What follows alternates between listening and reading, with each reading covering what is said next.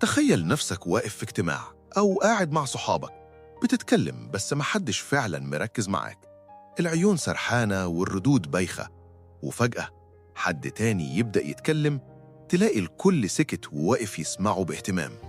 ساعتها تسأل نفسك ليه؟ إيه اللي عنده ومش عندي؟ هو في ناس بتتولد بهيبة جاهزة، ولا في سر ممكن يخلي أي حد لما يتكلم الكل يسمع له؟ في الكلام اللي جاي هقولك على سر قوي جدا، سر بيمشي عليه أقوى المتحدثين في العالم، سر الهيبة الحقيقية في الكلام، وإزاي تخلي أي حد يسمعك باحترام وتركيز. خليني أبدأ معاك بحاجة بسيطة. أكيد قبل كده سمعت حد بيتكلم وكلامه مش شاعر ولا ممثل، بس مش قادر تشيل ودنك من عنده. بتحس إن صوته وطريقته فيها سحر، وده لأنه بيستخدم أول سلاح في الهيبة: الصمت. الصمت قبل الكلام. ناس كتير فاكرة إن اللي يسكت قبل ما يتكلم ده متردد، لكن الحقيقة العكس. الصمت 2 أو 3 ثواني قبل أول كلمة بيخلي اللي قدامك يستناك، يركز، يتشد ليك. زي الأفلام قبل المشهد المهم، كل حاجة بتهدى، الكاميرا تقرب، وبعدين يحصل الحدث اللي مستنيه. ده مش صدفة، ده علم. والقادة الكبار عمرهم ما بيبدأوا كلامهم باندفاع، دايماً يسيبوا اللحظة قبل الجملة المهمة. الصمت هنا مش خوف، ده سيطرة. جربها. قبل ما تتكلم خليك ثابت، خد نفس هادي، بص للي حواليك، واسكت ثانيتين. هتتفاجئ قد إيه الناس هتركز معاك. بس خلينا نكمل.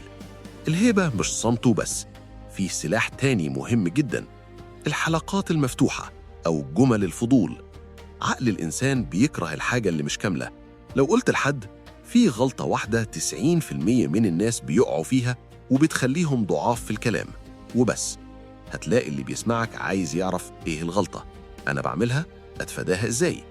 المتحدث القوي ما بيردش بسرعة، بيسيب الفضول يشتغل لصالحه. نيجي للسلاح الثالث: نبرة الصوت وإيقاع الكلام. الكلام القوي مش بالمعاني بس، الكلام القوي بطريقة قوله. لو اتكلمت على نفس الوتيرة هتبقى ممل، لكن لما تغير السرعة، تبطأ، تسكت، تعلي صوتك فجأة، ده بيخلي الكلام يشد الانتباه بشكل كبير. كل خطيب شاطر بيعرف إمتى يهدي وإمتى يسرع وإمتى يضغط على كلمة معينة. ونروح للجزء اللي ناس كتير بتتجاهله: لغة الجسد. لو واقف وكتافك واقعة وإيدك بتتهز وعينك بتهرب، مهما كنت بتقول كلام جامد هيبتك بتروح. لكن لما تقف مظبوط وظهرك مستقيم ونظرك ثابت، جسمك لوحده هيقول إنك واثق. في حاجة كمان تقتل الهيبة في ثانية: كلمات التردد، زي يعني، دي لوحدها بتوقع كل الهيبة. لو محتاج تقف، اسكت. الصمت أرقى وأقوى من التردد. نروح بقى للجزء العملي اللي تبدأ بيه فوراً. ابدأ كلامك بصمت ثانيتين. ابدأ بجملة شد أو سؤال غريب. خلي جسمك ثابت وواثق. غير نبرة صوتك، بطل الرتابة.